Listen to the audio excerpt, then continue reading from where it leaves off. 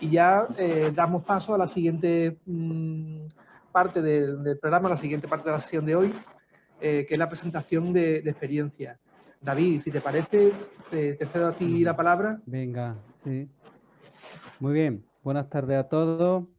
Y ahora pasamos a la presentación de 8 experiencias que constituyen, yo creo que uno de los sectores más característicos o de las actividades más característicos de las fiestas del agua, porque nos permite conocer las luchas, las batallas que están dando diferentes personas y colectivos en toda Andalucía en busca de el buen estado del ecosistema y la preservación del patrimonio cultural y natural que suponen los ecosistemas acuáticos y los paisajes culturales asociados. Bien, pues entonces damos paso a la primera presentación, que se trata de el proyecto Derecho Humano al Agua y Ecosistemas Acuáticos que va a realizar Ecotono. Ecotono es una cooperativa de interés social, como está a punto de cumplir 20 años y que ha realizado durante más de 10 años, ha llevado a cabo la Secretaría del Programa Andarríos, y que hoy Juan Matu viene a presentarnos este proyecto sobre Derecho Humano al Agua y Ecosistemas Acuáticos. Cuando quiera, Matu, tienes la palabra. Muy bien, David, pues muchísimas gracias y muchísimas gracias también por la oportunidad, ¿no? A la Red Andaluza de Nueva Cultura del Agua, por la oportunidad de poder contar el proyecto y también felicidades por los 20 añitos. No es fácil cumplir esos 20 añitos, ¿eh? Que 20 añitos tienen su cosa. Voy a proceder a compartir la pantalla.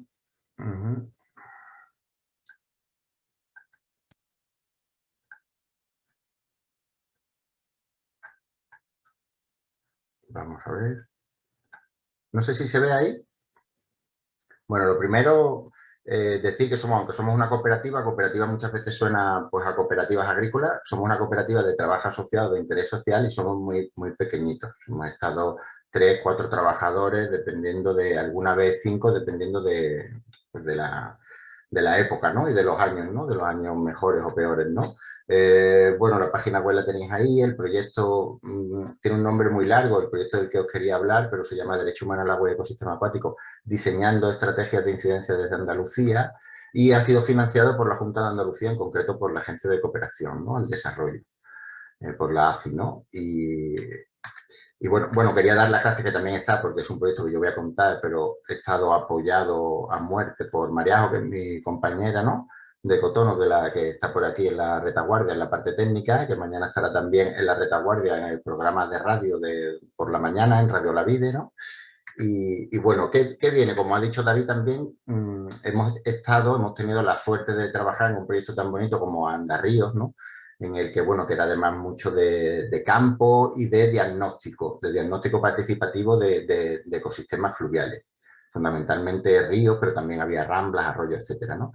Entonces, pues eso nos ha permitido estar en contacto con muchísimas asociaciones. Había como casi unas 200 asociaciones de media al año que iban cambiando, o sea, en el total no tengo ni idea de cuántas serán, y hemos ido viendo, pues bueno, un poco cómo eran, y en las evaluaciones del programa pues hemos conocido muchas de sus inquietudes, ¿no? Bueno, como entre las conclusiones que sacamos de esa experiencia, ¿no? De esos 10, 12 años que hemos estado, pues bueno, la calidad de los ríos y de los acuíferos, ¿no? Pues era una cosa que en la izquierda sale el mapa que hacíamos de Andarrío, pero es que en la derecha está el mapa un poco oficial de las otras cuencas, ¿no? O sea, la velocidad a la que van las administraciones no es suficiente como para conseguir, o sea, la directiva se aprobó en el año 2000 y en el 2015, creo que es cuando saqué ese mapa, pues de los datos de las páginas web de las confederaciones y de la Junta de Andalucía, pues era una velocidad claramente insuficiente, ¿no? Pero después, aparte del estado de los ecosistemas, dentro de las propias asociaciones nos dábamos cuenta, de las asociaciones que participaban en Andarríos, el nivel que teníamos tan desigual de conocimiento. Ya ha comentado la primera, ¿no? La necesidad que teníamos del intercambio de saberes, y después otra era pues la insuficiente incidencia que teníamos, o sea, teníamos claro, las asociaciones tenían clara pues los problemas que tenían sus ríos, pero año tras año veían con impotencia como eso no se cambiaba casi nada, ¿no? Y después, aparte, pues una presencia muy pobre, ¿no? Muy escasa de la mujer. Tenemos la perspectiva de, o sea, el género estaba descompensado, ¿no? En todos estos proyectos, en todas estas asociaciones. El proyecto en sí, ¿cuál era el objetivo que nos habíamos planteado? Pues era contribuir, así en objetivo general, contribuir en que asociaciones, organizaciones y administraciones públicas participaran, con participar sobre todo marco, asociación y participar, porque eran, digamos, los elementos más gordos, ¿no? En la mejora de la conservación y conservación de los ecosistemas acuáticos, ¿no? Pero teniendo en cuenta la perspectiva de género, intentar que todas esas cosas que íbamos a hacer tuvieran en cuenta la perspectiva de género, incorporáramos el derecho humano al agua, la directiva marco y la Agenda 2030, ¿no? Y lo que hemos estado haciendo durante todo este año, estamos ahora en el mes 14, han sido 2 jornadas formativas en las que hemos tratado de mejorar los conocimientos de estas asociaciones, ¿no? Que han participado en planificación hidrológica, en comunicación, en cómo comunicar, en participación dentro de la propia asociación, en temas como contaminación de agua, que eran unas cosas que preocupaban mucho, ¿no? a las asociaciones por la contaminación urbana del agua. Hemos creado un grupo de trabajo para elaborar una guía didáctica, que la guía didáctica pues saldrá a la luz a lo largo del verano, justo pasado el verano, ¿no? En ese proceso estamos ahora mismo. Un grupo de trabajo que ha estado reflexionando sobre el agua y las mujeres, ¿no? Y la participación de la mujer en temas relacionados con el agua en Andalucía, y sus conclusiones se han volcado, se han volcado en la guía didáctica. Después hemos tratado, como este proyecto es algo puntual, Andarríos va por ahí, es decir, parece que también va o no va a continuar o lleva ya 2 años inactivo, ¿no? Pues hemos tratado de canalizar todas esas asociaciones interesadas en este proyecto, canalizarla, bueno, aquí está muy feo, ¿no? Esto de sí, pero hemos tratado de dar a conocer, de potenciar más la red andaluza de la nueva cultura del agua, para que cuando este proyecto en el futuro pues falte, que faltará o desaparecerá, pues digamos nos quede esa red, se potencie esa red y sigamos en contacto por ahí. Y una de las modificaciones que hicimos en el proyecto fue cuando vimos que, bueno, aparte de la pandemia que nos ha obligado a modificarlo mucho, ¿no? Cuando vimos que la fiesta del agua como que pasaba el tiempo y estaba un poco ahí como en duda, ¿no? Pues entonces pues nos pusimos en contacto con Antonio y dijimos, oye, todas las manos que podamos, todo lo que podamos hacer, pues ahí estaremos para ayudar en eso. Y una de las partes también más importantes que teníamos es las acciones de incidencia. Estaban asociaciones que habían hecho muchos diagnósticos de río, pero después a la hora de hacer cosas diferentes, o sea, de intentar o reunirse con alcaldes o sacar notas de prensa o cosas así, pues tenían como más limitaciones. Entonces, uno de nuestros objetivos era que las asociaciones hicieran acciones de incidencia, fuera cual fuera, y que salieran de su zona de confort, ¿no? Para generar cosas nuevas que no habían hecho antes, ¿no? Y por último, pues todo esto, el encuentro final no lo hemos hecho, pero lo haremos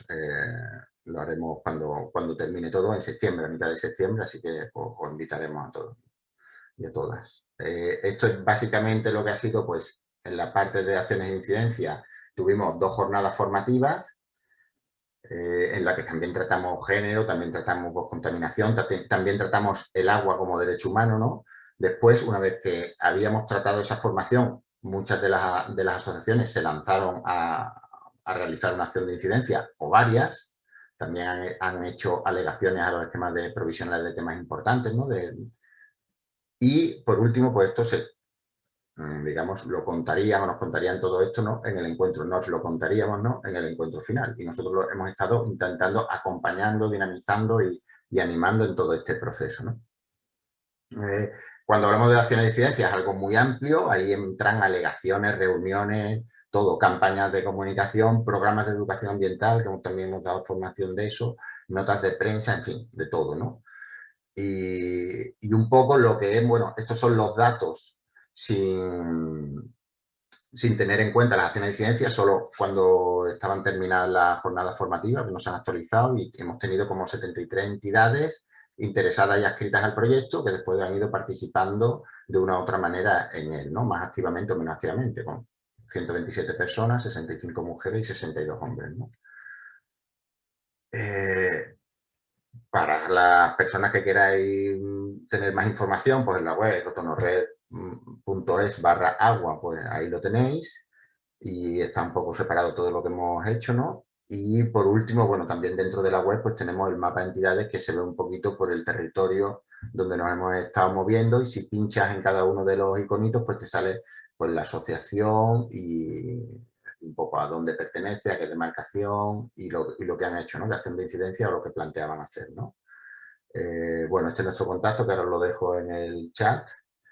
Y bueno, agradecer, dar las gracias esta vez pues a las entidades que habéis estado más de cerca, bien ayudándonos a realizar el proyecto, participando en la jornada formativa, o bueno, la red forma parte fundamental, ¿no? del proyecto, o bien asociaciones que han acogido el proyecto súper bien y se han lanzado a hacer acciones de incidencia independientemente del conocimiento que tienen, que las hay desde muchísimo conocimiento hasta asociaciones pues que en estos temas pues le costaba más, ¿no? Entonces, pues ahí están todas y muchísimas gracias. Así que nada, le doy paso a la siguiente ponencia. Venga, pues mira, para los que no me conozcáis, Belén Pedregal, Universidad de Sevilla, ¿vale? Entonces vengo a presentar el mapa de los conflictos del agua en su estado actual y qué queremos hacer con él, ¿no? Es un proyecto de iniciativa de la Red Andaluza que contó con algunos fondos durante algún tiempo del Centro de Estudios Andaluces y en el que trabajamos, entre otros, de los aquí presentes, pues Antonio Figueroa y Leandro del Moral, ¿no? Todos estáis familiarizados probablemente con la página de la red, la habéis consultado muchas veces, habéis participado en el diseño de la herramienta, ¿no? Sabéis que podemos acceder directamente desde el menú principal o desde este menú que le da un poco más de protagonismo. Hemos colgado también tutoriales y presentación sobre el sentido del proyecto y algunos tutoriales de cómo registrarse, darle alta a conflictos, y también tiene un acceso al listado de conflictos, ¿no? Os lo muestro porque precisamente ahora, si queréis saber cuántos números, cuántos informes hay en el mapa, aparece aquí. Es una cosa que queremos mejorar desde el acceso al mapa, pero veis que en esta entrada de la ficha de los conflictos dados de alta, en la que se navega pasando por el listado, pues vemos que hay 73 informes, ¿vale? Me voy al mapa para mostraros un poco cómo se diseñó. En este primer proyecto, que contó con un presupuesto limitado, nos centramos fundamentalmente en determinar o en diseñar la información que sería de interés a los propósitos de la red y de las asociaciones que la forman, en la difusión de los conflictos y en el aprendizaje mutuo, que eso es algo también muy importante, ¿no? Entonces el mapa muestra, veis la localización de los informes dados de alta, ¿no? Y si pinchamos sobre cada uno de estos puntos, pues se abre la ficha, que es donde pusimos, como ya digo, el interés en la primera fase de elaboración del mapa, ¿no?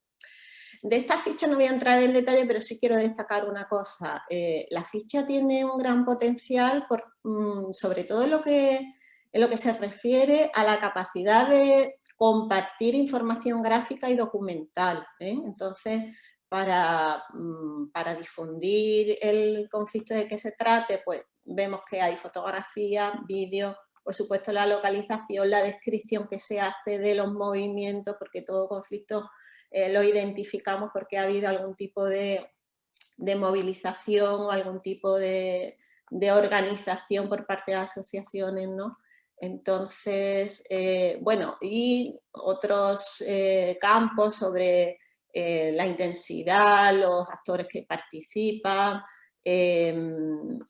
los resultados, ¿no? Tal como se perciben, pero os quería llevar a este punto de los recursos inmateriales, ¿no? Porque fue una cuestión que nos señalaron otras asociaciones cuando estábamos diseñando conjuntamente la ficha, ¿no? Porque esta ficha la hemos ido proponiendo en distintos talleres, en distintas fiestas, en distintas entrevistas, y la hemos ido puliendo, la hemos ido adaptando, ¿no?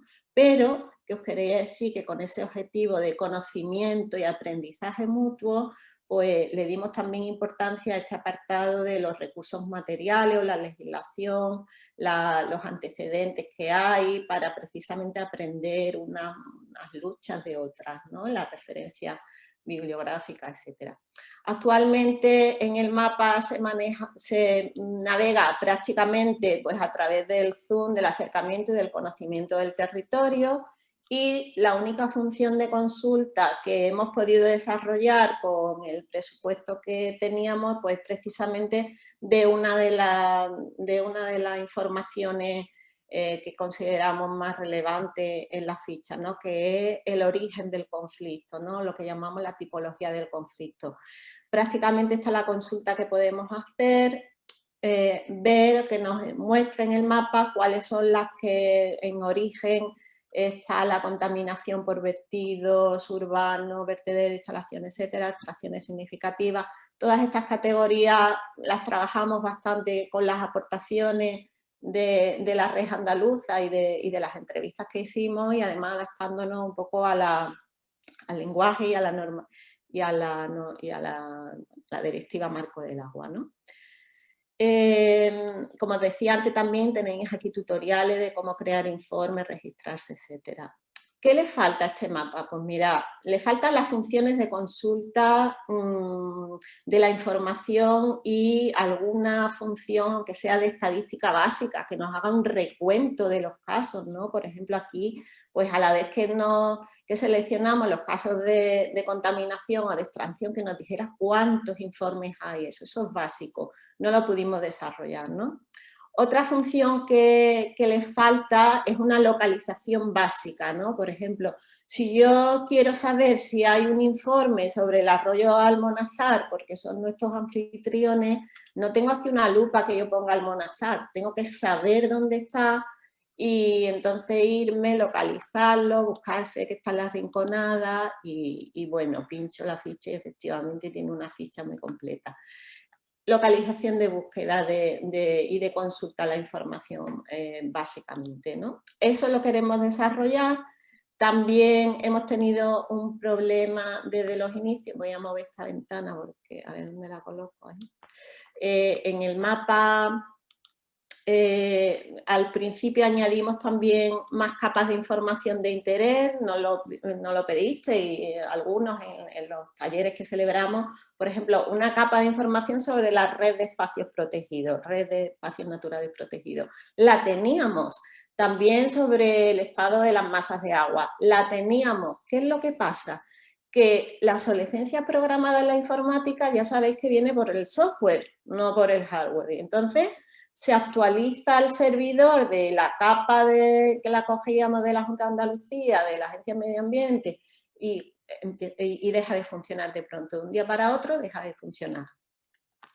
Esto hace bueno, pues que tengamos esa necesidad de actualización constante, ¿no? Simplemente, si quisiéramos, incluso hasta mantener lo que tenemos, ¿no? Por lo tanto, ¿qué mejoras queremos hacer? ¿Qué queremos implementar? Y brevemente, pues por una parte, esas funciones de consulta básica y de la base de datos, ¿no? Este hola no lo vamos a quitar aquí. Os voy a enseñar, por ejemplo, el mapa de la justicia ambiental, que es el que nos ha inspirado. Se pueden hacer otros tipos de leyendas. Se puede hacer una leyenda por la categoría sería nuestra tipología del conflicto, pero también por otra información recogida en los informes, como por ejemplo la intensidad de las movilizaciones, ¿no? Pues ellos te permiten hacer un mapa de la intensidad y no solamente, y puedes cambiar, es decir, nosotros queremos implementar que se puedan hacer más leyendas. Queremos implementar también que se puedan consultar los informes, pues a lo mejor por provincias, por demarcaciones, es decir, por información que ya tiene la ficha, ¿no? Y por otros campos, ¿no? Ellos también tienen, por ejemplo, dentro de los mapas que tienen por defecto, tienen el de las compañías que están involucradas en estos conflictos, ¿no? De tal forma, y además veis que tiene el recuento, que es también otra cosa que nosotros queremos implementar, pero que necesitamos una migración tecnológica para hacerlo, ¿no? ¿Qué otra cosa queremos hacer? Os he enseñado antes que al mapa se pueden acceder también a la ficha de los conflictos, ¿no? Pues en esta ficha de los conflictos igual, queríamos haberle implementado una búsqueda, igual, pues si yo quisiera saber si hay una ficha del embalse de Melonares, pues teclearlo aquí y que me llevara esa ficha. Y queremos también mejorar lo que es el diseño, ¿no? Porque nosotros ahora mismo, el diseño que tenemos cuando pinchamos en cada uno de estos informes añadidos, que son añadidos por vosotros, ¿no? Por los propios activistas, las plataformas, las asociaciones o los informantes, cuando lo hacemos nos lleva a la ficha, ¿no? No es un diseño amable, es verdad que tiene la información que consideramos de interés, que ya digo, diseñamos conjuntamente, pero no es un diseño amable. ¿Qué diseño queremos darle? Pues lo quería enseñar. Nos inspira el mapa de Barcelona más sostenible, al que se puede acceder a los informes por el mapa, pero también por estos fichas que se corresponderían con las nuestras, con nuestros informes, ¿no? Pero veis que tiene un diseño mucho más amigable, que además se puede hacer una búsqueda, o cuántos puntos hay por distrito, por barrio. Bueno, pues nosotros lo haríamos por los campos que tenemos, por las demarcaciones, etcétera, ¿no? Tiene también, se pueden crear itinerarios, y en cada una de estas fichas además lo que queremos añadir también, que siempre lo hemos considerado de interés, pero con la plataforma y el software que usábamos no lo pudimos hacer, es vincular cada uno de estos informes que se dan de alta en el mapa a las redes sociales. Veis además que esta ficha es más amable, ¿no? Es verdad que no está tampoco diseñada con fines estadísticos, de hacer un análisis que también era importante, ¿no? Y bueno, pues fundamentalmente eso es, en resumen, y aquí tengo mi diapositiva del resumen. A ver, me llevo esto otra vez para allá. Lo que queremos hacer es actualizarnos tecnológicamente, porque sí o sí la obsolescencia programada hace que no funcionen, que dejen de funcionar las cosas. A la vez que hacemos eso, tenemos que migrarlo a otro software completamente distinto, que a la vez que hacemos esa migración vamos a mantener evidentemente los informes, pero le vamos a dar un repaso. Este repaso al contenido de la ficha para que sea de utilidad, para que realmente sea un inventario bueno, pues de todos estos movimientos, estos conflictos. Y bueno, pues lo haremos conjuntamente, como todo el mapa que ha sido desarrollado participativamente y colaborativamente. Y, como digo, fundamental, no pudimos llegar mínimamente en unas funciones de consulta y también espacial estamos pensando. Es decir, si añadimos la capa de los espacios naturales, pues que nos sea capaz de devolver a la consulta de cuántos informes, cuántos conflictos se registran dentro de espacios naturales, por ejemplo, ¿no? Es decir, consultas espaciales y también temáticas por la información que se ha añadido. Y mejorar el diseño para que la interacción sea más amigable con la información, con las herramientas, conectarlo a las redes sociales, en fin, esa es un poco la presentación. Muy bien, muchas gracias, Belén. Y bueno, ahí teníais mi correo, ahora os lo pongo por si tenéis sugerencias o alguna pregunta o lo que sea que os pueda resolver posteriormente. Gracias. Muchas gracias, Belén. Espero que se me escuche bien porque acabo de cambiarme de ordenador y no me ha dado tiempo a probar tampoco este ordenador cómo funciona. Bueno, vamos a dar paso a la siguiente asociación, que se trata de Ameco Andújar. Ameco es una asociación medioambiental para la conservación de plantas y animales constituida en el año 2012. Trabaja con el objetivo de revitalizar la conservación de los espacios verdes en el entorno de Andújar, espacios como los del río Jándula o el río Guadalquivir, a su paso por el municipio jiennense. Va a participar, va a hacer la presentación don Emilio Rodríguez. Tiene la palabra. Muy buenas, gracias. Gracias, David, y gracias también pues, a toda la Red Nova Cultura del Agua pues, por hacernos, por invitarnos a participar en esta feria. Bueno, pues voy a compartir pantalla también por aquí y bueno, voy a intentar ser muy breve para que puedan los demás compañeros también exponer tranquilamente, ¿no? Bueno, la Asociación Medioambiental Ameco, que como bien ha comentado David, pues la constituyen La constituimos un grupo de jóvenes, ahí está, en 2012, y bueno, pues nuestra misión, nuestro objetivo en definitiva, pues es sensibilizar, dar a conocer la naturaleza, hacer también formación e investigación relacionada con el medio ambiente. Y bueno, pues como no, aquí tengo que citar también que un año se nos cruzó en nuestra andadura en el colectivo Matu con el programa Andarrío, que de ahí lo conocemos también a Matu, y bueno, un programa excelente y bueno, pues nos sumamos también a ese programa de Andarrío. Y bueno, también estamos sumándonos al proyecto que tiene actualmente Cotono, y Matu y Mariajo con el derecho al agua, ¿no? Y bueno, pues, ¿qué es lo que une a MECO? ¿Qué es lo que hace atractiva a MECO en Andújar y en otros municipios que también tenemos asociados y asociadas? Pues bueno, básicamente es el interés y que nos gusta, el interés por la naturaleza, nos gusta la naturaleza y la preocupación por la conservación del medio ambiente. Tenemos diversos objetivos y metas y ahí vamos trabajando. También quiero citar y destacar brevemente que la asociación se organiza a través de 6 secciones para cubrir todos los sectores poblacionales que nos encontramos actualmente. Pues juventud, a través del deporte, relacionamos el deporte, juventud y mayores, igualdad, también con proyectos europeos, que es una sección específica para proyectos europeos y para realizar proyectos relacionados pues, con la cooperación con otras entidades. Y bueno, la base de AMECO siempre, sin duda, es su voluntariado. Por centrarnos un poquito de dónde partimos, pues Andújar, a su paso por Andújar, pues ahí tenéis una imagen del río Guadalquivir y aguas más abajo para situarnos, pues está la desembocadura del río Jándula, que es uno de los principales afluentes del Guadalquivir, que atraviesa el Parque Natural Sierra de Andújar, de norte a sur. Y un poquito más abajo, a poco más de 10 kilómetros, nos encontramos el embalse de Marmolejo, que ahora veremos qué es lo que qué impacto genera en Andújar, ¿no?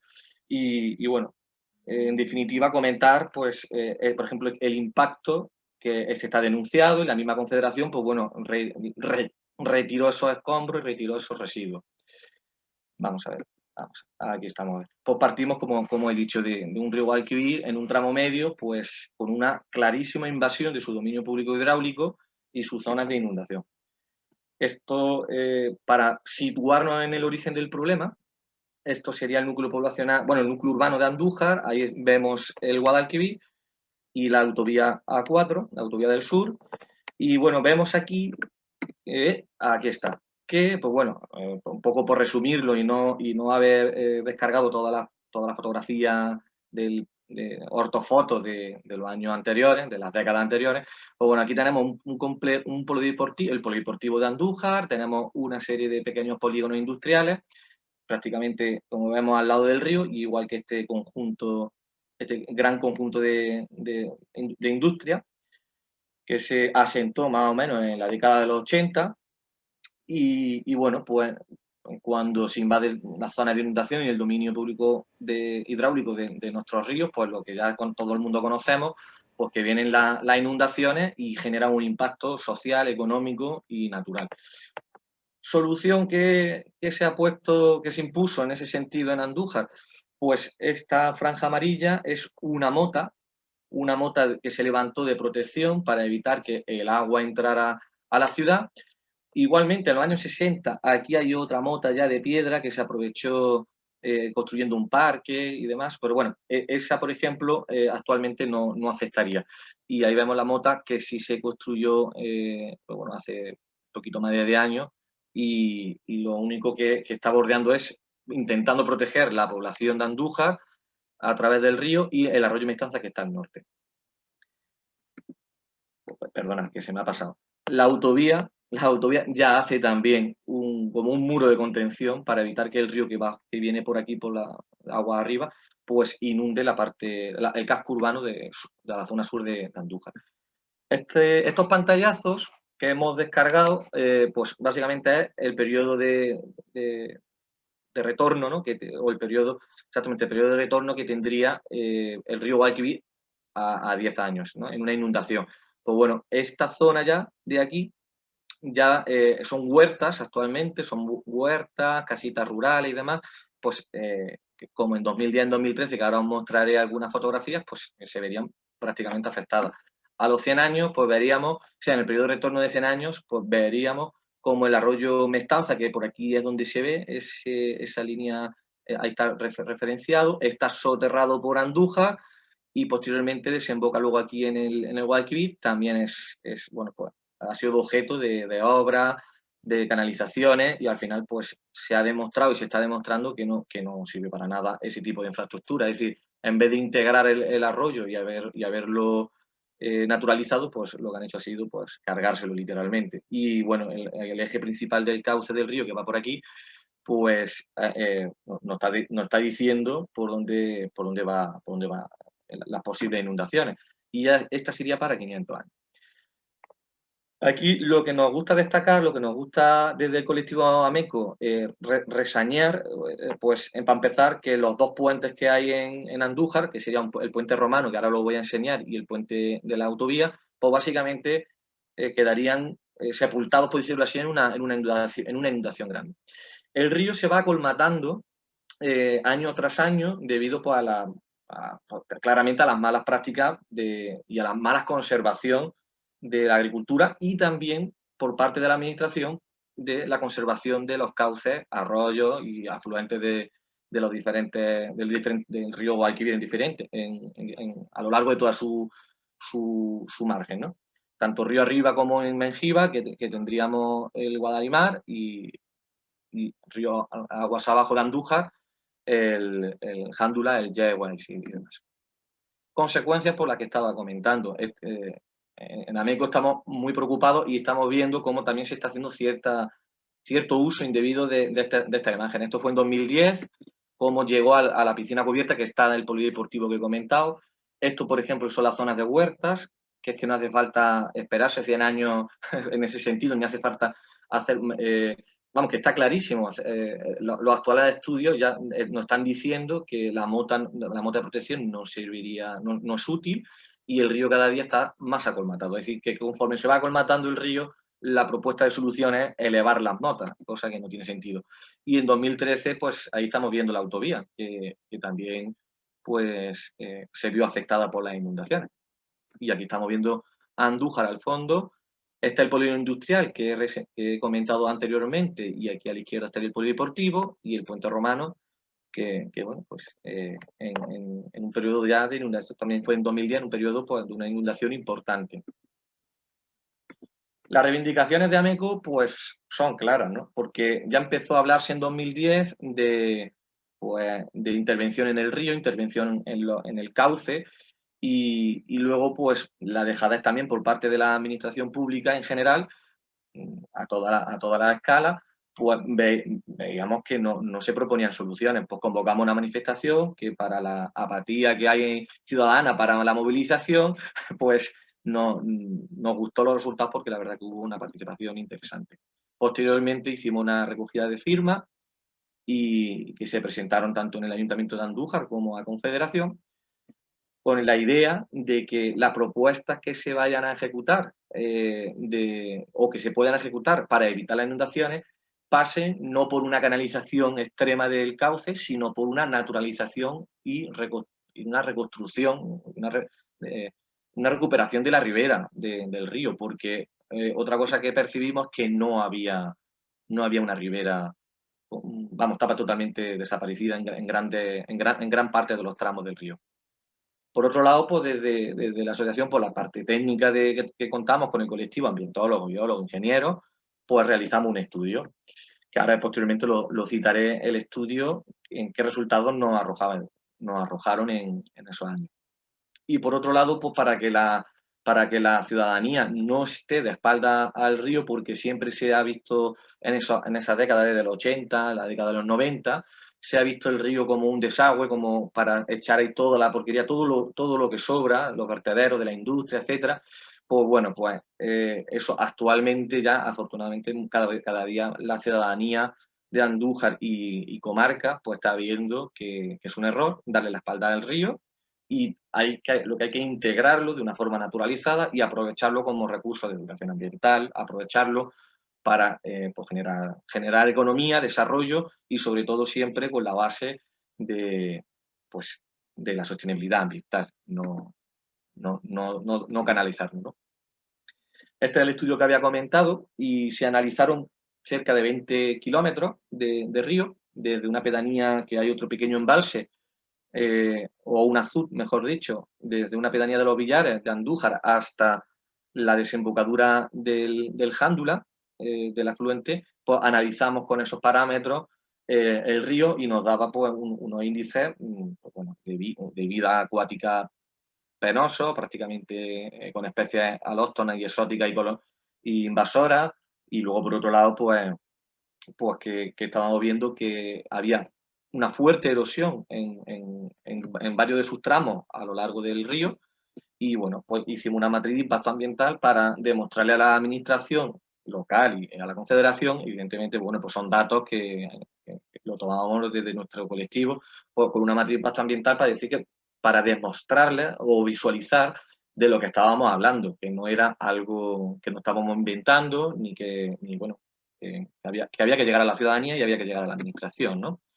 Las soluciones que proponemos, pues las que he ido citando, la restauración de la ribera, es decir, una naturalización de la ribera. Emilio, perdona, sí, tenés que ir terminando porque ya, digamos que hemos sobrepasado el tiempo disponible. No te preocupes.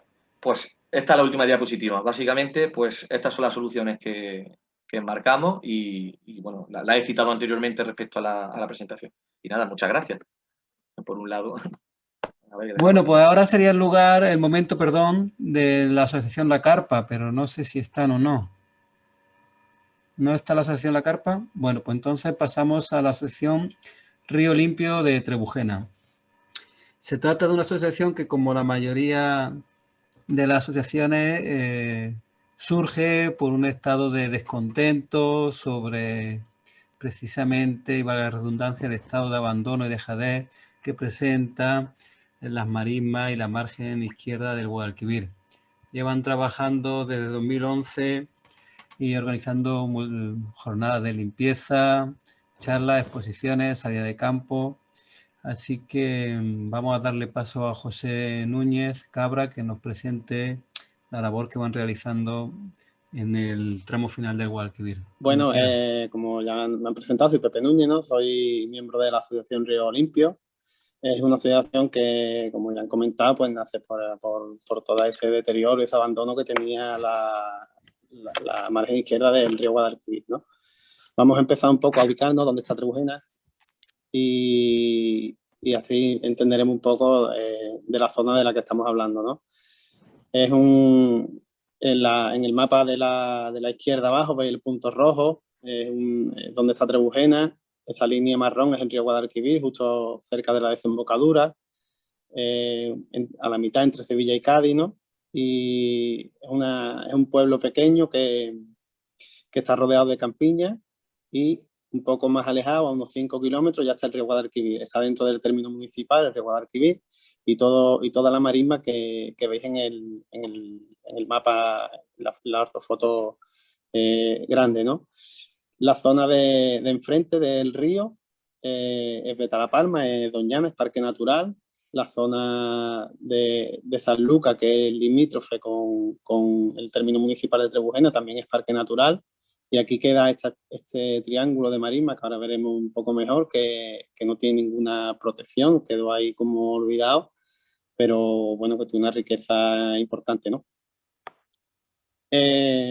¿Cómo empezamos? Bueno, pues por esto. Íbamos al río a mirar aves, a dar paseo, a disfrutar de la naturaleza y nos encontramos esto, ¿no? Cuando empezamos hace 10 años, pues lo primero que hicimos, la primera actividad que hicimos fue cortar los contenedores estos de basura que llevaban como unos 8 años o 10 también sin recogerse, estaban allí puestos y rodeados enteros de basura alrededor, justo casi a la orilla del cauce principal. Y bueno, esa fue la primera acción, ¿no? Cortamos todos los contenedores, los coches particulares, nos traímos todos los contenedores, toda la basura. Y bueno, después de mucho trabajo, son 10 años yendo al río a limpiar, algunas veces con más frecuencia, otras veces con menos, pero la verdad que es un trabajo constante. y podemos decir que el paisaje ha cambiado para mejor cada vez que vamos. La basura es menos, siempre hay, porque siempre hay, ¿no? Es difícil que un entorno natural quede limpio, pero la basura sí es bastante menos, siempre el río arrastra cosas, pero bueno, con la cantidad que había entonces, la verdad que ha disminuido. Uno de las acciones más simbólicas, digamos, más representativas o bueno, con más repercusión quizás que hemos hecho en los últimos tiempos fue las alegaciones y promover la plataforma contra un macroproyecto urbanístico que surgió en las marismas. Ese círculo rojo que veis es la zona donde se ubicaría el macroproyecto, tiene más de 200 hectáreas, está justo a la orilla del río. Como digo, todo esto está rodeado, o sea, ese círculo enfrente es Parque Natural, un poquito más a la izquierda arriba es Parque Nacional, a la izquierda también ya Sanlúcar, Pinar de Algaida, y este espacio es una marisma con una que no se alteró tanto como por ejemplo la de Lebrija, que la vemos ahí a la derecha, que está parcelada con regadío, está muy explotada, muy intensivamente explotada a nivel de agricultura, ¿no?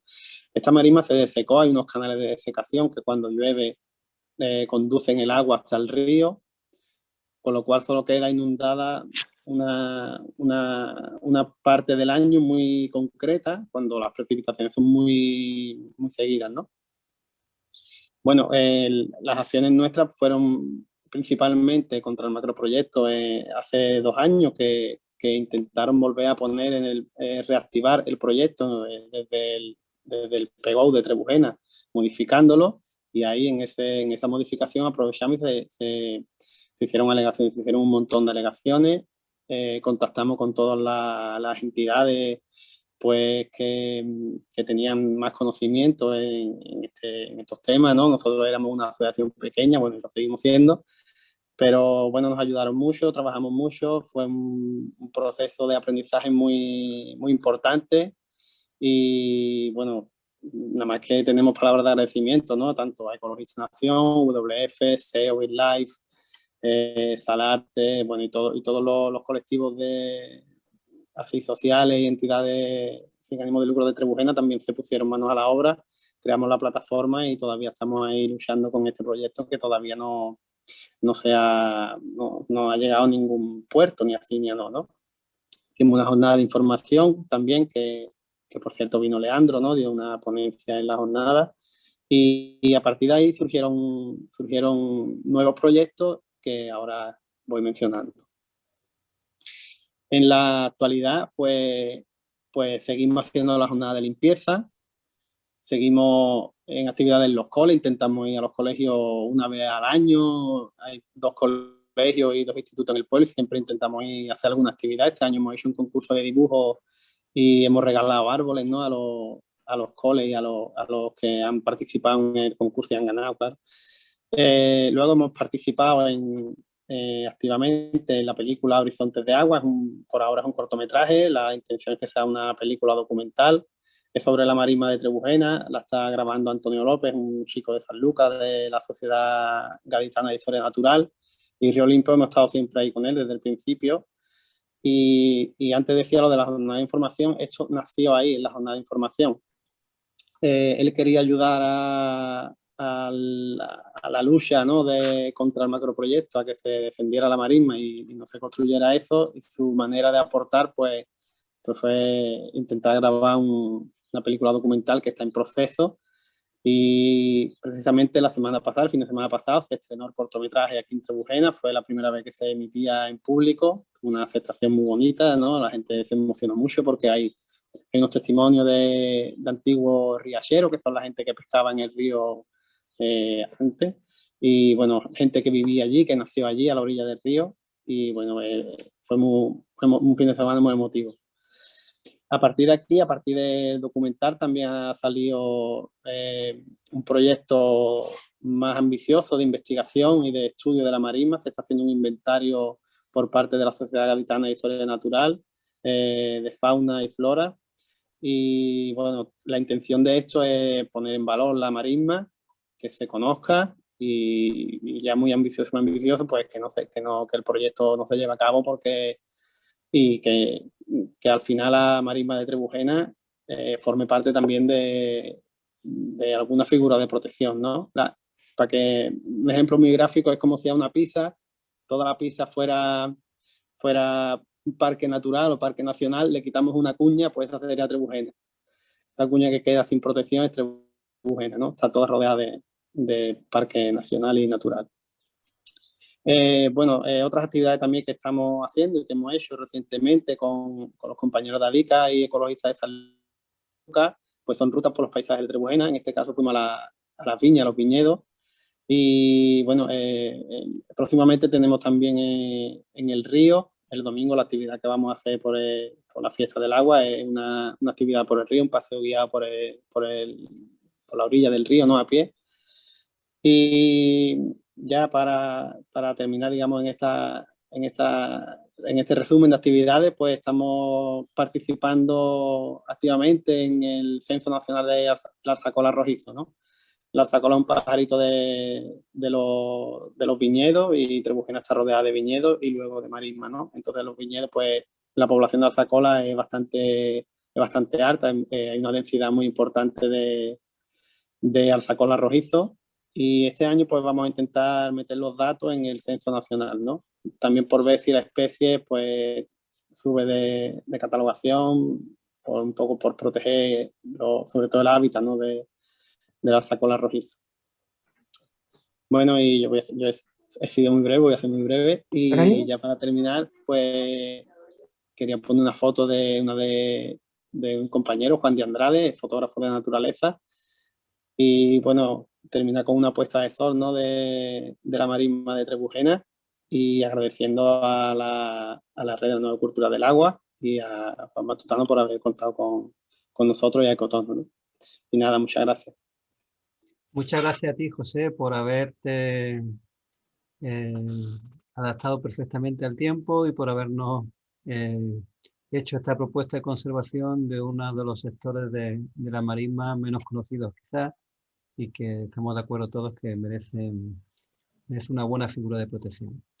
Bien, continuando con este ritmo, vamos a dar paso ahora a la plataforma de acuíferos vivos de Almería y el río Agua, que como sabéis es una plataforma muy activa, que está compuesto por particulares y por grupos ecologistas en general, que se inició muy preocupado por el estado del agua subterránea en la provincia de Almería, pero que también ha elevado esta preocupación y el cuidado a los cursos de aguas fluviales, como el del río Agua, que creo precisamente que hoy nos van a exponer la situación y la problemática de este río.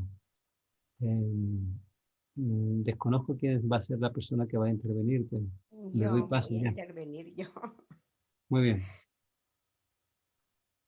Pues tiene la palabra.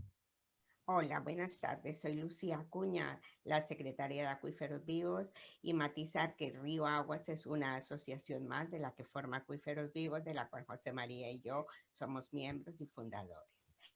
Entonces, quiero hacer una breve pincelada del problema que hay en la provincia de Almería referente a los acuíferos, a nuestra agua subterránea, en masas de agua subterránea. Entonces, la plataforma Acuíferos Vivos está integrada por 21 asociaciones, movimientos y organizaciones que estamos unidos para luchar por el agua vida, el agua boca en la provincia de Almería. Desde Almería, como todos sabemos, salen diariamente cientos de camiones cargados con hectómetros de agua, convertidos en fruta, en verdura y en olivos, hacia el norte de Europa. Paradójicamente, somos el único desierto que hay en el continente y asimismo somos su huerta. El mar de plástico y el cultivo superintensivo que hay en el desierto de Tabernas, donde se encuentran sembrados 10 millones de árboles en espaldera, los cuales cada uno bebe 10 litros de agua por cultivo, por riego, por goteo. Como podéis ver, eso es una atrocidad.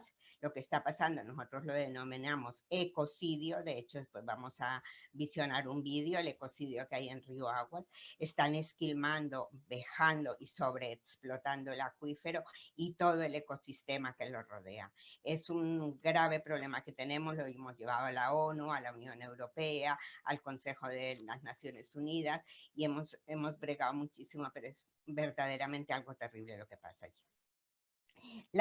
El modelo de agricultura que hay aquí en Almería no es una agricultura mínimamente tradicional, máximo es el agronegocio que nosotros denominamos también, donde grandes empresas transnacionales, multinacionales, ejercen una economía neoliberal a ultranza.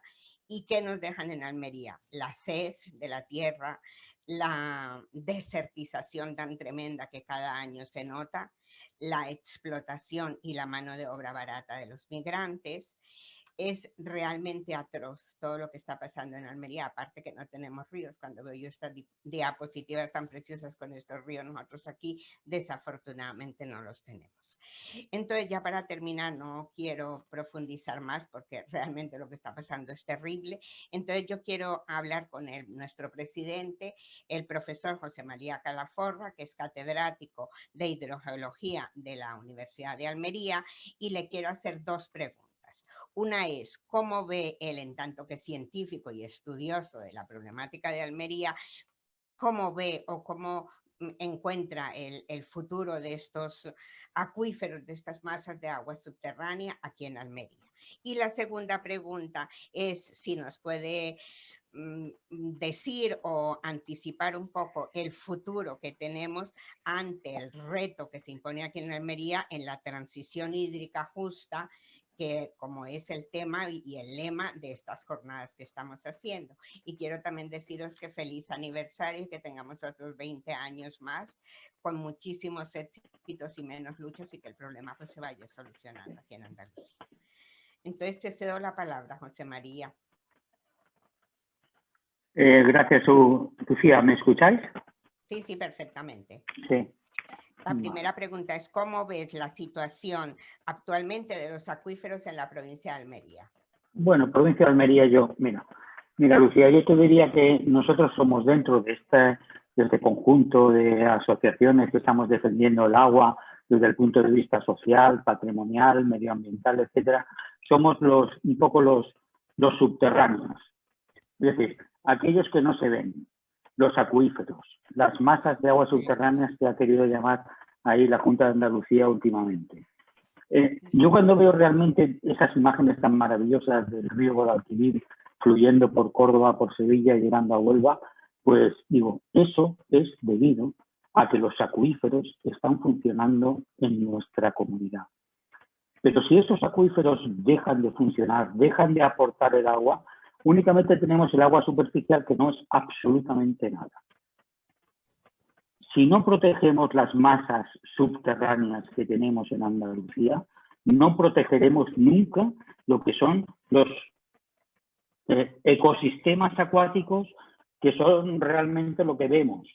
El acuífero no lo vemos, pero tenemos que protegerlo también. Por eso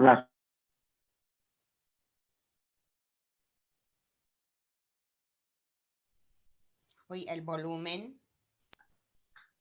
No, José María, te hemos perdido el audio. Prueba, José María, por favor. Yo creo que es problema de internet. Debería quitar la imagen, quizá. Sí, hay que quitarle la imagen. Sí, quítame la imagen. Quítame la imagen y hablo, Juanmi. Ok. Yo supongo que me escucháis ahora, ¿no? Sí, perfectamente. Vale. Pues mira, realmente el problema del agua en Andalucía también está no solo en lo que corre por los ríos, sino también lo que tenemos en profundidad, en los acuíferos. Los acuíferos son los que van a nutrir al río Guadalquivir, a todos esos afluentes que nosotros tenemos y y que demuestran vida. Pero en Almería tenemos un problema real en el cual, bueno, pues el agua no se ve. Si el agua no se ve, es cuando tú ves el agua fluir por Sevilla, dices, está, o por un cauce cualquiera, dices, está más o menos bien encauzada, no encauzada. Sin embargo, en Almería lo que tenemos son envases subterráneos. Esos envases subterráneos son los que tenemos que realmente proteger. La lucha, yo creo que está sobre todo en intentar que los manantiales que están desapareciendo de toda Andalucía vuelvan a aparecer. Y los manantiales están nutridos por ríos subterráneos. Y esos cauces tienen que intentar llegar al río Guadalquivir, tienen que intentar llegar al Guadiana, tienen que intentar llegar a todos esos ríos que tenemos nosotros para intentar conservarlos. Pero si no conservamos las fuentes, no conservamos nada. Yo creo, Lucía, tú tienes ahí un vídeo un poco, o alguien, no sé, tal vez Matu, de lo que hemos intentado hacer respecto al río Aguas, ¿no? Sí, sí, que después lo podríamos vamos a presentar. visionar. Sí, la segunda pregunta, José María, perdona, es ¿qué expectativas ves tú en el futuro para la transición hídrica justa en la provincia de Almería? Mira, ahora se está hablando muchísimo del trasvase Tajo Segura, de que tiene que llegar a Alicante, que tiene que llegar a Murcia, que tiene que llegar a Almería, y hay unos cuantos hectómetros cúbicos que son, por así decirlo, le pongo todas las comillas que queráis, absolutamente miseria para llegar allí. Son miseria, pero son absolutamente fundamentales para que sigan en el Tajo, para que sigan en los puntos en los cuales se está generando ese agua de trasvase. Los trasvases, ya lo sabemos, no son la solución. No son la solución para todo este problema hídrico que tenemos en el sureste. En el sureste tenemos un problema hídrico, pero que está generado no por ni siquiera te diría por el cambio climático, Lucía, ni siquiera te diría por el cambio antrópico, no. Está generado absolutamente por la agroeconomía que tú has mencionado anteriormente. El agronegocio. Ese agronegocio es lo que nos está influyendo muchísimo en todo el sureste español para que seamos un poco, como decías, bueno, pues la verdura de Europa. No puede ser eso así. No se puede seguir diciendo que si yo tengo 5 hectómetros cúbicos más, entonces tengo 5.000 hectáreas más de regadío. No, ese no es el asunto. El asunto está en que tenemos que tener una limitación de desarrollo en el cual nosotros tenemos que saber qué recursos hídricos tenemos en este momento para no influir, por ejemplo, en el río Guadalquivir, que estamos viendo, o para no influir en determinados manantiales que son absolutamente necesarios para poblaciones, para su uso urbano. Un desarrollo que nos permita, de alguna manera, decir, bueno, vamos a seguir intentando que el producto siga existiendo, pero el producto desde el punto de vista ambiental, pero que no tengamos el problema actualmente que existe en la provincia de sobreexplotación absoluta de los acuíferos. Os vuelvo a decir, el agua que no se ve es ese agua que al final, como sigamos de esta manera explotando los acuíferos y las masas de agua subterránea, no llegará nunca a esos ríos emblemáticos que tenemos en nuestra comunidad andaluza. Bueno. Muchísimas gracias, José María, como siempre tan ilustrativo, y a ver si nos queda un poquitín eso, es este agronegocio, esta hiperproducción que hay de frutas y de verduras y el gasto tan enorme de agua que se va para Europa y que nos queda en Almería. Nada bueno. Absolutamente. Entonces pasamos al vídeo. Pero es que ya, perdóname, Lucía, ya hemos agotado el tiempo. Quiero decir, ya hemos consumido los 10 minutos que tenemos. Entonces, no sé si sería posible compartir. Yo hablé un minuto y medio, José María, que había hablado 4 minutos. Madre mía. Pues no. Vaya, con la ilusión que nos hacía el vídeo. No, perdona. Bueno, pues mira, a otra ocasión. ahora mismo hace 10 minutos pasado. Si Entonces, queréis mandar el enlace, lo puedo mandar yo por el chat y que la Yo- gente lo vea libremente. yo El creo que quiera es después, ¿no? una mejor idea, ¿no? Bueno, pues por lo menos podré agradecer, ¿no?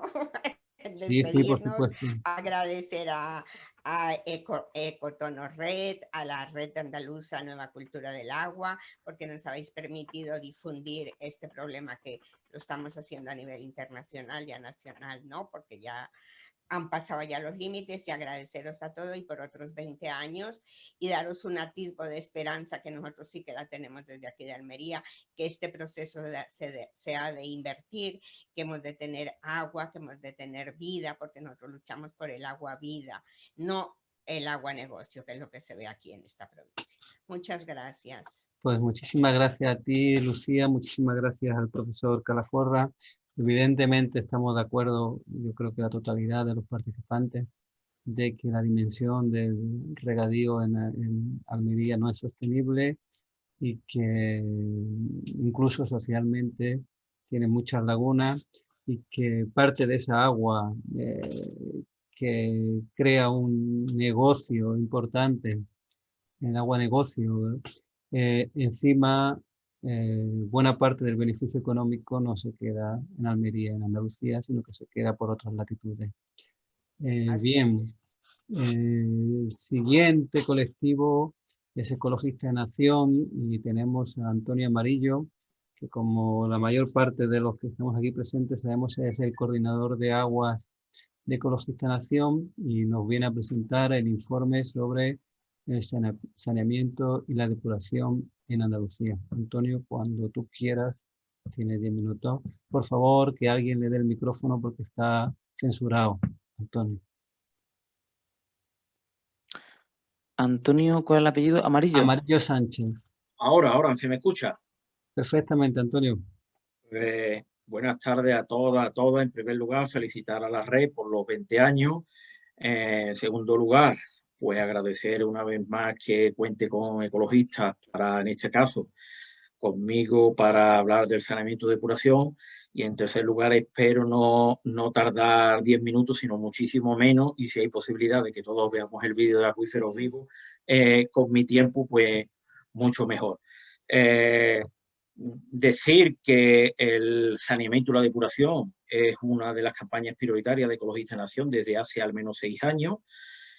Aprovechando que desde el año 1999 Ecologistas en Acción pues presentaba o denunciaba la situación del litoral mediante el informe de banderas negras para contrarrestar esa colocación de banderas azules en las costas andaluzas, se presentaba ese informe que tenía básicamente dos partes. Por una parte era denunciar pues la construcción desmesurada del litoral andaluz y por otra parte pues poner en evidencia los problemas de saneamiento y depuración que existían en el litoral, bien porque las aglomeraciones urbanas no estaban construidas y los vertidos iban directamente a cauce público, en otros casos porque no funcionaba, o había casos donde estaba infradimensionada la infraestructura y no era capaz de absorber durante una buena parte del año esa población estacional que solía acudir a los municipios costeros. Pues nosotros decidimos hace 6 años, desde el área de agua, aprovecharse de ese informe y solicitar los datos a la Administración Autonómica del control que ejerce la Junta de Andalucía, pero extenderlo a todas las provincias de Andalucía. Nos costó 1 año y medio que nos enviara los datos analíticos, un dato que es responsabilidad de la Administración Autonómica, como viene a través del artículo 15 y 17 de la Directiva de Aguas Residuales del año 91, están obligados a hacer un control con un doble objetivo. Por una parte, ver el cumplimiento de la normativa que es del año 96, el Real Decreto 509, y por otra parte, asegurar el envío de información al Ministerio para que la recopile de todas las comunidades autónomas y la envíe cada 2 años a la Unión Europea, mediante la publicación de los informes que se llaman los informes Q. Nosotros desde el principio siempre le dijimos a la consejería que queríamos que esos datos fueran públicos y accesibles para cualquier ciudadano. Después de unos años lo hemos conseguido. Existe en la red de información ambiental, en la parte de descarga, un acceso no solo ya a los datos desde los últimos 6 años, del 2015 al 2020, que por cierto los colocaron hará un mes, sino que también existen informes de cada una de las provincias que también logramos que lo volcaran para consulta de cualquier ciudadano. Ese volumen de datos solo viene a significar el 50% de todas las depuradoras que existen en Andalucía. Según el último informe de Medio Ambiente, en Andalucía hay 713 depuradoras, de las cuales 677 están construidas y 36 en construcción, y Ecologistas de Nación únicamente hace informe de aproximadamente el 50%, que son las depuradoras de más de 2.000 habitantes equivalentes y que son las cuyos datos nos proporcionan, y además las menores de 2.000 habitantes equivalentes, la normativa dice que únicamente tienen que someterse a un tratamiento adecuado. Así que no existen datos públicos para consulta ciudadana. Cuando analizamos siguiendo un esquema, que por cierto, ya que también habló Matu y como hemos participado en el proyecto de Ecotono, Derechos Humanos, Agua y Saneamiento, ahora os voy a poner un enlace en el chat donde podéis descargar la guía que elaboramos, donde viene un esquema muy sencillo de cómo llegamos nosotros a las conclusiones que ahora os comento. Partiendo de los datos oficiales del control autonómico, nos vamos a lo que establece la directiva como límite máximo o rendimiento mínimo que tiene que tener la infraestructura para cada uno de los parámetros a analizar. Eso lo comprobamos con las autorizaciones de vertido. Autorizaciones de vertido que también son públicas. En Andalucía existe una página web que las que son responsabilidad de la consejería pueden consultarse y descargarse, no solo la autorización, sino las modificaciones posteriores, y las que son competencia de la hidrográfica del Guadalquivir también es posible consultarlas. En la mayoría de ellas faltaban algunas que he consultado, y es que porque las tienen revocadas actualmente, pero ahora mismo es la única confederación hidrográfica que tiene la posibilidad de consultar las autorizaciones de vertido de la aglomeración urbana, algo que no es posible en el resto del Estado. Con el análisis de los 2 últimos años, que son los que nos estamos mirando, dicho el año 2020, hace un mes que los colgaron, llegamos a la conclusión que en toda Andalucía existe aproximadamente algo más de un 31-32% de depuradoras que son no conformes a normativa, depuradoras que vierten por encima de lo permitido y está afectando presuntamente al medio receptor, a la flora, a la fauna, incluso a la salud de las personas puede estar afectando. Este año pasado, conjuntamente con todas las comunidades autónomas, con Litoral, hemos presentado también un informe centrado exclusivamente en el litoral español. En Andalucía, concretamente, de 83 depuradoras que hemos analizado, 52 cumplen, 24 no son conformes a normativa y 7 hay que están fuera del servicio o que las muestras que nos han proporcionado eran insuficientes. Hace también unos meses presentamos para un proyecto que se está realizando en la Universidad de Sevilla que se llama DMA, donde hay 4 mesas de trabajo, una de ellas centrada en saneamiento, depuración, información centrada en el entorno Doñana y el Parque Nacional de Doñana y su entorno, donde con los datos de 2019 llegamos a la conclusión que ahora mismo la mitad de las depuradoras del entorno de Doñana están depurando mal, no funcionan o no dan abasto, 5 de 15 vierten aguas con niveles de fósforo y nitrógeno, o sea, nutrientes por encima de lo permitido, que se suma a la falta de tratamiento terciario en otras depuradoras que existen en la zona sensible. ¿Qué hemos logrado con todo esto? Bueno, nosotros en el año 2017, que fue en marzo cuando presentamos el primer informe, vimos que ese tercio de depuradoras que eran no conformes a la normativa podía estar constituyendo algún tipo de delito. Lo denunciamos en la Fiscalía por un presunto delito de estafa, al entender que los ciudadanos pagaban en su recibo del agua un dinero para que se le diera un servicio y el servicio no se lo estaba dando en condiciones, pero después de que el Seprona estuviera durante 6 meses investigando la denuncia nuestra, pues llegaron a la conclusión, en algunos casos, que lo que podía darse era un posible delito ambiental. y eso dio lugar a que más de una decena de municipios en toda Andalucía fueran a llevar a los juzgados correspondientes, a los concejales, a los alcaldes y en algunos casos a técnicos por presunto delito ambiental. La mayor parte de ellos, los autos de los juzgados han sido archivados porque los jueces entienden que quien es responsabilidad de los vertidos es quien tiene que construir la infraestructura, como así quedó claro en un informe de la Abogacía del Estado que se publicó en marzo del año pasado, por el cual el Estado determinaba quién era el responsable de pagar las multas que tenemos en la Unión Europea. Por una parte sería la comunidad autónoma y por otra parte el Estado, en función de quién había declarado la infraestructura pendiente de interés. Y el caso más llamativo, donde es el único donde estamos personados, es el de Sevilla Capital, donde actualmente 3 de las 4 depuradoras están en el juzgado número 6 de instrucción.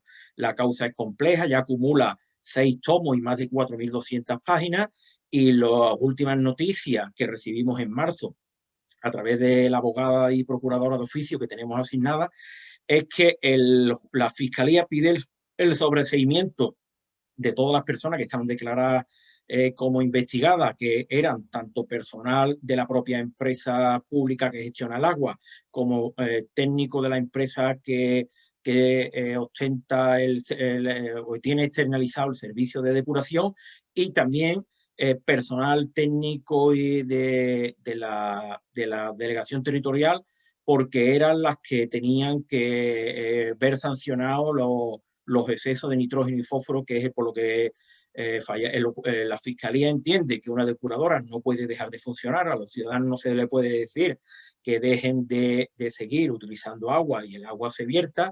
La infraestructura tiene que seguir funcionando a pesar de que los vertidos ha quedado constatado que estaban causando afección al medio receptor. Y ahora únicamente la Fiscalía entiende que la responsabilidad era de la Administración Autonómica, porque era la que declaró en su momento de interés las actuaciones pendientes. Y una última... Antonio, sí, tienes que ir terminando. Sí, y una última parte, y es que también hacemos análisis de las obras que en 2010 declaró de interés la Consejería, que fueron 300 actuaciones.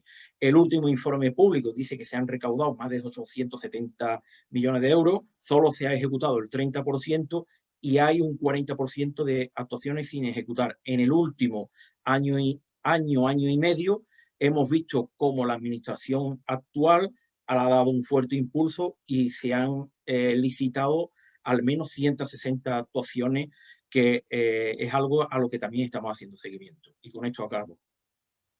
Muchas gracias, Antonio, por ajustarte también al tiempo. Creo que continúan los dos grandes problemas en cuanto a depuración de agua, ¿no? La contaminación y la falta de depuración, al que se suma el eterno problema de la falta de disponibilidad de datos públicos que permita analizar el estado de la depuración en Andalucía. Bien, pasamos al último participante, al último ponente, que es Agustín Cuello Muñoz. También yo creo que la mayoría de las personas que estamos en esta reunión lo conocemos. Es docente, máster en psicopedagogía, licenciado en psicopedagogía, máster en educación ambiental y gestión fluvial, trabaja en la Diputación, donde desde hace ya bastante años diseña y gestiona programas de educación ambiental a nivel de la Diputación Provincial en Cádiz. Es autor de numerosos artículos, trabajos sobre enseñanza de la ciencia, educación ambiental y diseño de recursos educativos. Hoy viene a presentar creo que las actividades pasadas y presentes, o las actuaciones pasadas y presentes en el itinerario didáctico por el río Guadalete a su paso por la localidad gaditana de Arco de la Frontera. Cuando quiera, Agustín, tienes la palabra. Yo me llamo, no es Muñoz, mi segundo apellido, y estoy jubilado.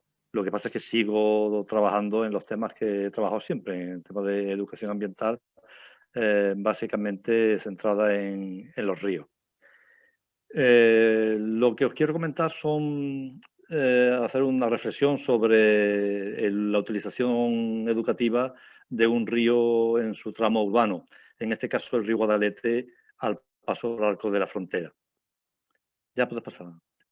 El Guadalete es un río el más importante de la provincia de Cádiz, junto con el río Barbate, que tenéis ahí la cuenca de los ríos, como forma parte de la cuenca. Siempre han estado Guadalete, Barbate, a efectos de planificación, siempre han estado juntos.